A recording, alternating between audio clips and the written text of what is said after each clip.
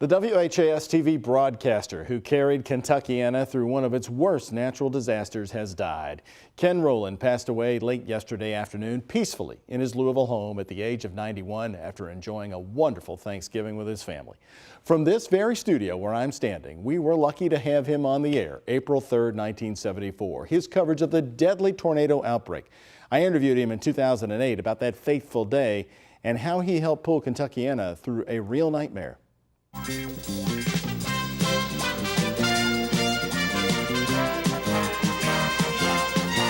From News 11, the Hunter Rowland Report with Lee Hunter and Ken Rowland. Ken Rowland anchored the news on WHAS TV from 1970 to 1977. Good evening. I'm Ken Rowland. I hear the footsteps of Linda Steele.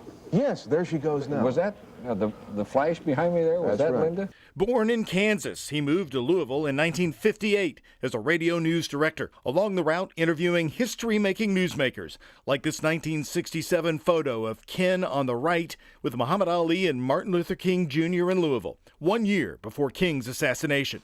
Subdivisions partially lost. Pardon me for interrupting you, John. A funnel cloud has been sighted moving northeast from McNeely Lake. But it was his marathon tornado coverage on WHAS April 3rd, 1974 that Kentuckiana would never forget. I asked him about it in 2008. I was in the newsroom as always, and you're starting to prepare the 6 o'clock news. And then, of course, it happened.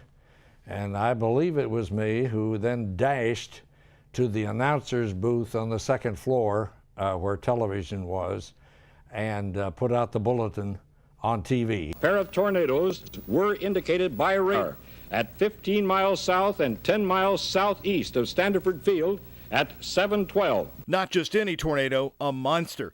Part of a super outbreak of twisters that day, killing dozens of people in Meade County and ripping apart Louisville neighborhoods, smacking right into the Louisville Water Company's main supply point, Crescent Hill. Right now it has fallen to a dangerously low level.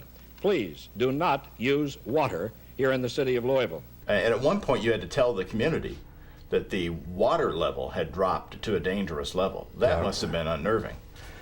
Well, it was a serious situation, but we were all affected together. He was calm that day. They were moving to the east-northeast at 50 miles an hour. Reassuring. If threatening conditions are cited, be prepared to move to a place of safety. I was sitting at home as a scared elementary school kid. I had seen the tornado getting off the school bus. We watched nothing but Ken Rowland all night long. He made you realize we would recover.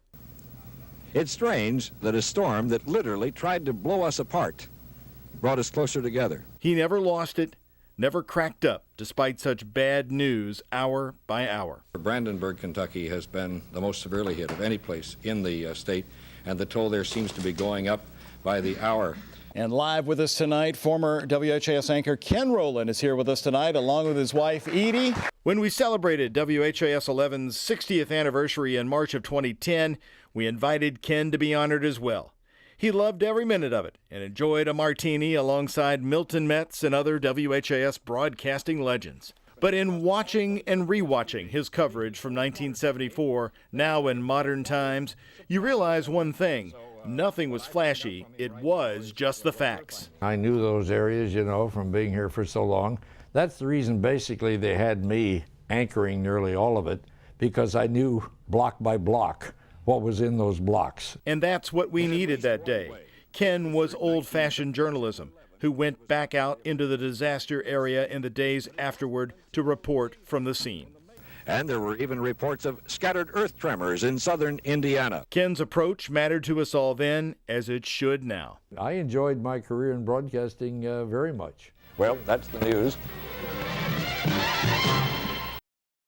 And he was a very nice man, just as he came across on television. By the way, I found it ironic to learn just a few years ago from his wife, Edie, that here's a man so tied to one date for his tremendous coverage, April 3rd, 1974.